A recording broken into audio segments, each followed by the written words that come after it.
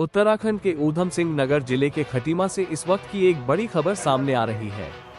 खटीमा में स्थित Slater house के टेंडर को लेकर स्थानीय जनता में भारी आक्रोश है।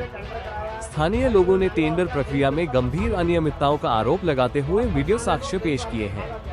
लोगों का सीधा आरोप है कि टेंडर प्रक्रिया में पारदर्शिता नहीं बरती गई और नियम ताक पर रखकर यह ठेका उत्तराखंड से बाहर के एक ठेकेदार को दे दिया गया है। स्थानीय निवासियों और व्यापारियों का कहना है कि बाहरी ठेकेदार को काम मिलने से खटीमा की जनता के साथ बड़ा अन्याय होगा। आशंका जताई जा रही है कि स्लेटर हाउस से करीब 80% मांस बाहर सप्लाई कर दिया जाएगा और स्थानीय बाजार के लिए सिर्फ 20% मांस ही बचेगा। इससे न केवल मांस की किल्लत होगी बल्कि दामों में भी भारी उछाल आएगा। लोगों के मुताबिक पिछले साल मांस का रेट 250 रुपये प्रति किलो था, लेकिन अब इसे 360 रुपये प्रति किलो तक बेचने की तैयारी चल रही है, जिससे आम जनता पर सीधा आर्थिक बोझ पड़ेगा। स्थानीय लोगों ने चेतावनी दी है कि यदि नियमों का उल्लंघन कर इस टेंडर को जारी रखा गया तो इलाके में तनाव की स्थिति भी पैदा हो सकती है। जनता की मांग है कि मौजूदा टेंडर को तत्काल प्रभाव से रद्द किया जाए और कुमाऊं संस्करण के प्रमुख दैनिक समाचार पत्रों में नई सूचना प्रकाशित कर पूरी पारदर्शिता के साथ दोबारा टेंडर प्रक्रिया शुरू की जाए, ताकि स्थानीय ठेकेदारों को मौका मिल सके। अब देखना ये होगा कि स्थानीय जनता के इस भारी विरोध और गंभीर आरोपों के बाद प्रशासन इस टेंडर को लेकर क्या रुख अपनाता है। क्या इस टेंडर को रद्द कर दोबारा प्रक्रिया शुरू की जाएगी या फिर बाहरी ठेकेदार ही इस व्यवस्था को संभालेगा। 340 रुपये का तो यार रेट ही नहीं है। 340 रुपये क्यों बेच रहे हो? 340 का तो रेट ही नहीं है। मस्जिद कहने तो अगर फ्री में बिक जाएगा तो फ्री में थोड़ी बेचोगे तुम। 340 का तो रेट ही नहीं है। नहीं, 340 का जब रेट नहीं है तो आप कैसे बेचोगे? और सुनो मेरी बात, कल तुमने 360 रुपये घोष दिया। कल मेरे खुद के बच्चे लेके गए और मैं कल दोपहर में आया भी था, तुम्हारी दुकान बंद थी। मैंने 3 बार बोल रहा तुम्हारे पास। मैं कह रहा मैंने खुद मेरे घर में पैसे देखे गए बच्चे मेरे।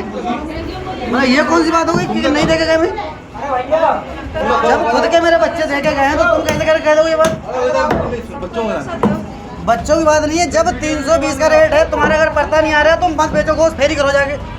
नहीं बेचो गोश्त अगर पड़ता नहीं आ रहा तो, या तुम कह दो कि भैया हम 350 को बेचेंगे गोश्त, तो 350 को बेचो गोश्त। तुम 50 हम तो तुम तय कर लो भाई। तय का बात ना भैया, यहाँ कुछ भी हमारी मर्जी है। ये मर्जी नहीं होती है। मर्जी क्या? 60 को बेचे, 400 बेचे, 500 बेचे। अच्छा, तुम्हारी अपनी मर्जी नहीं है। चल ऐसा ना, तुम्हारी अपनी मर्जी तो बेचो। बेच रहे हैं।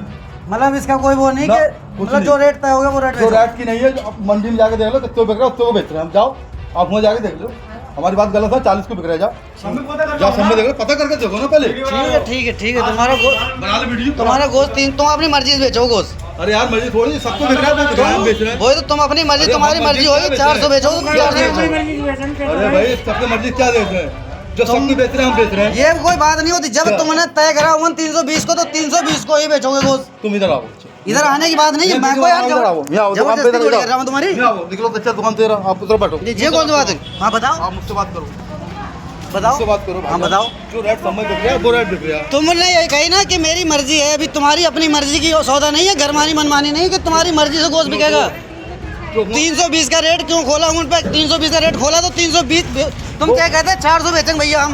400 खोलते रेट बिक रहा है। मुझे मालूम करो पहले। हम तो ये कह रहे हैं भैया तुम 500 रुपए बेचते हो, तुम कहते हैं ना हम 500 बेचेंगे। रोड रेट क्यों खोला 320 रुपए खोला है? कसाईयों ने खोला, बेचने वालों ने। तुमने तो नहीं खोला 320। तुम्हारी मर्जी हो जितने उतने बेचो। हमारी मर्जी क्या है? चलो ठीक है, तुम्हारी जितनी मर्जी हो तुम उतने बेचो ना, तुम अपनी मर्जी से बेचो।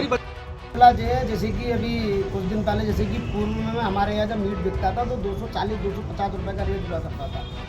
इन लोगों ने मीट का रेट बढ़ाया, कुछ दिन मीट बंद रहा, उसमें इन लोगों ने प्रस्ताव लाओ 320 रुपये का मतलब बेचना स्टार्ट कर दिया।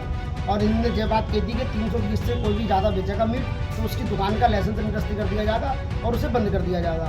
ठीक है, उसमें भी हम सहमत नहीं थे। 320 में हमारी ख्वाहिश थी कि 250 या 260 या 240 ही बिके, जो रेट हुआ करता था।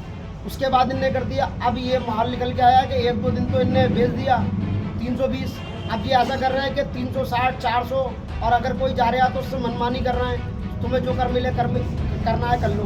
अब इनकी ये ऐसे बयान आ रहा है व्यापारियों पे। हमारी ख्वाहिश ये है, हमें मीट की ज़रूरत नहीं है, ठीक है, ना कटे मीट, लेकिन मीट 240 बेचे, गरीब आदमी खाएगा क्या?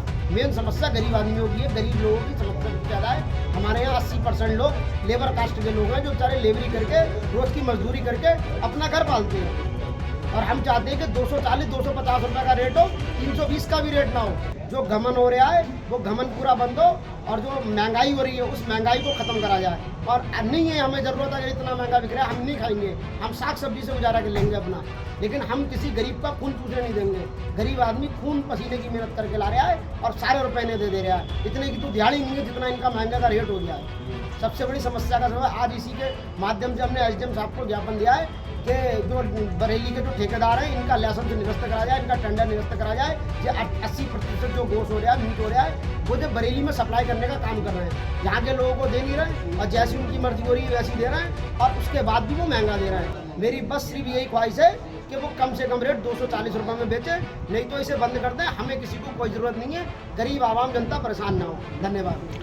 आगे हमारा धरना होगा, धरना प्रदर्शन करेंगे हम, अब व्यापारियों के खिलाफ करेंगे हम गरीब आवाम के साथ हैं। हम चाहते हैं कि गरीब आवाम को परेशानी ना हो कोई किस तरीके की। आपका शुभ नाम?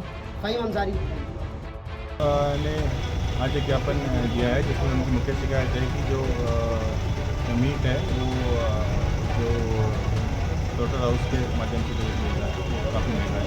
इस संबंध में नगरपालिका को दिशा निर्देश दिए गए हैं और जल्दी इसमें जो विधिवत कार्रवाई है वो की जाए।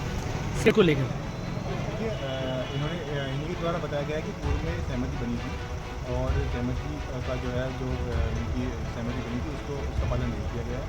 तो जो भी इसमें है पुनः नगर पालिका को निर्देशित किया गया है कि वो पूर्व की बात जो इसमें उचित कार्रवाई है वो करें।